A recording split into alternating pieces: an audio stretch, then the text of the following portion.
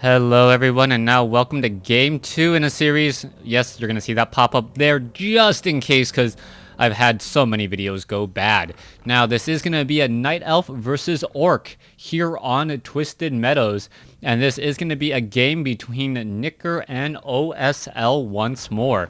We see Nicker spawning as the blue Night Elf, who I will refer to as Night Elf from now on. Meanwhile, we have AG Fox's OSL spawning as the red Orc, and I will be referring to him as Orc from now on. Now, game 1 in the series, very interesting, and it really just felt like OSL, the Orc player, overcommitted in that final fight. That fight where he ended up losing that Blade Master, even though the Demon Hunter did go down early. I think he just simply got overconfident and not realizing the amount of damage that Druids of the Talon actually deal. Druids of the Talon, mass in numbers, really put a stop on Spirit Walkers, as Spirit Walkers cannot go into ethereal form in order to hide from that damage, as they'll actually be taking bonus damage from the Druids of the Talon. Once that happened and a couple of Spirit Walkers were taken down, it was a free Cyclone Fest in the game. Blade Master was always up in the air, along with the Tauren Chieftain, and a couple key small fights really swung things in favor of the Night Elf. Now, we'll see if the Night Elf player will end up putting himself behind once more as we now move into Game 2.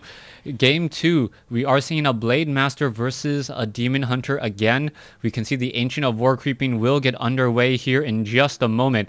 Wisp now wandering around will not find his opponent. You can see that there is a peon here, and the peon will just perhaps make its way down. Archer, Ancient of War, now ready to go. Now going after that Null Warden. Damage is already being dealt. Perhaps should be going after the Null Overseer more than anything else, as the Null Overseer is the one unit that actually drops items. It looks as though, wait, what is going on? Null Overseer actually bashing up on that Ancient of War again. Null Warden doing a good job of tanking that damage, and now there is that Demon Hunter to try and get some experience. Going after the Null Overseer now. Meanwhile, the Blade Master already sold his Scroll of Town portal, picked up a Dust of Appearance, Circlet of Nobility, and is now going to be hunting for some units. Alright, let's see. Oh, will the Null Overseer get taken down? That is a key question there. Blade Master, no, is not going to get the item, as the Wisp now taking a bit of damage. No mana burn just quite yet. There is, I believe, a detonation and a mana burn, as the Ancient of War now being forced to eat trees to stay alive. Demon Hunter now making its way inside, going after the Grunt. Grunt now trying to run away. Blade Master now trying to run after that Archer. The Archer should be able to slip in between all of these buildings pretty easily and pretty well. Wisp now making its way over. And are we going to see a block here? No. We do see the block with the Wisp. Oh, what is that? A quick exchange, trying to make room inside that one gold mine. That gold mine, oh, one Wisp does get detonated once again, as the Wisp now going to be able to slip off here. This Blade Master trying to get in a lot of harassment hasn't been able to do exactly that yet, as the Wisps are just wandering in and out of this gold mine, causing problems for this Blade Master, who really should be getting a lot more experience. Demon Hunter, however, going after a Grunt. The Grunt now down to 180 hit points. Is it going to get taken down? No. A Wisp comes in for some beautiful pathing, and now the Grunt down to 85 hit points. Is it going to be enough? Grunt now trying to back away. Let's take a look at that Ancient of War. Ancient of War trying to eat his way through the trees. He will be able to do exactly that, as this Grunt is going to be able to escape at 88 hit points. Nicely done by both sides, saving their early hit point or early units, something that we didn't see in game 1 when it appeared as all of their units were falling left and right. Alright, a little bit of a lucky break for that Grunt. He will be able to return home and talk about how many glaives he took to the back, as now we are seeing the Ancient of War tanking again. Alright, with the help of some mercenaries, we can see the Rock Golem will be falling here. Level 2 on that Demon Hunter. Very interesting creep pattern. Wand of Mana Stealing as well on the Demon Hunter. So the Wand of Mana Stealing will most likely either be sold or used as a counter for that Tauren Chieftain. Anytime you can deny mana from a Tauren Chieftain, it means more hit points for all of your units overall, as the Demon Hunter now sits at level 2, a little bit shy of level 3. Blade Master still sitting at level 1, going after a Null Overseer now. Blade Master I'm not sure if he will get to level 2. He might, or it could be very close. I don't know if he got any other kills there. Nope. Claws of Attack +6 though. Very nice item. Demon Hunter, did he buy boots? Yes, he did. Nikes are in stock as he's going to be running in and perhaps trying to cause some harassment here. All right. Going after some Orc Burrows. Orc Burrows are relatively weak buildings. They do not have fortified armor, meaning that the Demon Hunter does deal full damage to it. There's a mana burn, and the Blade Master will not be able to do very much. Demon Hunter slipping through, splitting the defense, and now heading off back home. Ancient of Wonders has been completed. Tree of Ages is now done. Waiting, there is one Ancient of the Wind. Where is the second Ancient of Wind? As we see, the Panda has been hired. All right, Panda now coming in. There's a Drunken Haze. A lot of damage mitigation, as you can see. All of these units missing a lot. Demon Hunter perhaps even having evasion, teching a lot. Belt of Giant Strength most likely given to the Panda, as the Panda does benefit much more. +6 damage in addition to the 150 hit points that item gives. All right, Tome of Experience. Oh, Demon Hunter now up to level 3. I don't know if that perhaps should have been given to the Panda instead. The Panda getting to level 2 would have been a very, very good engagement, as well as we now see the Blade Master sitting at level 1, getting to level 2 now.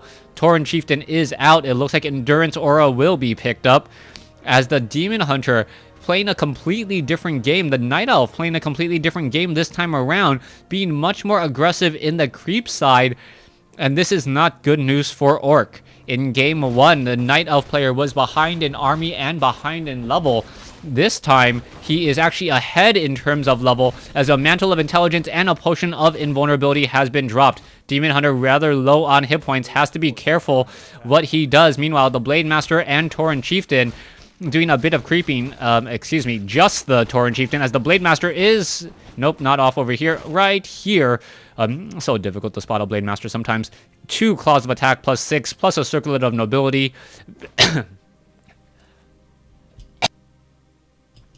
Very strong items on that Blade Master. All right, Tauren Chieftain still going at it against an Ogre Warrior. Down it goes. Tome of Intelligence, and Tauren Chieftain does like to read, as the quick detonation does go down once more. All right, here we have it again. The Demon Hunter now and that Panda, both sides just going to be trying to creep out. Manual of Health should be picked up. Yes, 50 extra easy hit points there, as we are seeing the Ogre Magi attempting to run away. The Panda may get... No, he will not get to level 3 off of the Ogre Magi. He may get it with the help of the Troll Trappers as well. Yes, and now a Claws of Attack +9. That is going to be given to the Panda very easily, as the Panda apparently deciding to do some last hitting. Yes, there's that last hit there.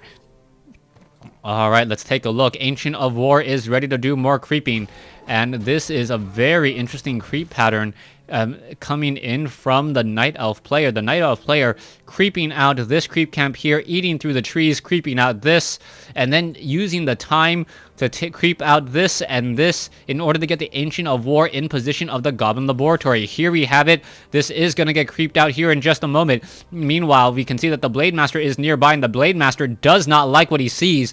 A Demon Hunter with +20 damage. That is going to be just an absolute devastating blow. All right, there's some Windwalk strikes. Oh, Forest Troll Berserkers, damage being dealt. There is a Drunken Haze and a Breath of Fire. Blade Master, oh, mana burn. Nicely done. Blade Master now in trouble, and I believe a Drunken Haze did make for a very, very interesting move there, as the Blade Master was actually missing some of those critical attacks.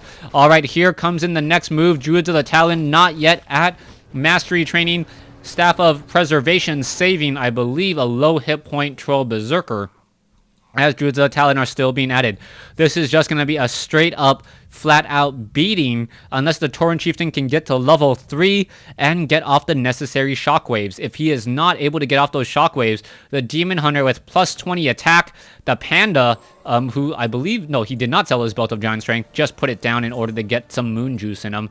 Now also with a Potion of Mana, that Panda doing a very good impersonation of a Paladin. Devotion Aura, a whole bunch of strength, and now a Potion of Mana should be able to get off a lot of Breath of Fires in order to shut down the raiders and the grunts. All right, here, are we going to have a creep jack? Peons now making their way over. Spirit Link could be linked here on these units. You can see a little bit of a trail is being left behind. Very, very slight differences. Boots of Quel'Thalas given most likely to that Blade Master. Blade Master needs to pick it up, and now the Blade Master is at plus 18 attack. So both sides, very strong attack, as we now see Breath of Fire taking down one Orc Burrow. Upside down in terms of supply. Speed Scroll being used. There's the Cyclone, and here's the battle. Panda going after the units. Are we going to see a Drunken Haze, Breath of Fire? There's a Disenchant. There's a Mana Burn. Tauren Chieftain out of mana, pretty much in a very, very sad state. All he is a giant Tauren with no other abilities. Demon Hunter now battling it up as well. There's another Disenchant, but I believe this fight is just not going to go well at all for the Orc player. There's a Shockwave coming in finally. Perhaps a Potion of Mana was enough. There's Mana Flare now coming in as the Spirit Walker is trying to Spirit Link, but taking some damage for it. All right, 2 heroes in the air. Everything else on the ground will be dead as the Blade Master and the Tauren Chieftain now making their way back down again. All right, the numbers are starting to equalize just a little bit. The Peons absorbing a whole bunch of damage with the Panda now sitting at level 4. Demon Hunter sitting at level 4 as well. Tauren Chieftain only sitting at level 3. Blade Master sitting at level 3. A 2-level advantage total across all of these heroes. But the Demon Hunter now in trouble. Down to 92 hit points. And there is the Scroll of Town Portal to get away. Panda does not get off a Breath of Fire in time. And who actually came out ahead? 37 over 50 compared to 39 over 50. Both sides losing a lot in that engagement. Alright, Demon Hunter most likely will be using a Moonstone when possible in order to keep these Moonwells full. These Moonwells are rather barren right now, and without the Moonwell upgrades, it's going to be very difficult for the Demon Hunter to actually keep his army alive. Meanwhile, Blade Master and Tauren Chieftain really benefiting from those healing salves should be able to have a full hit point army up faster.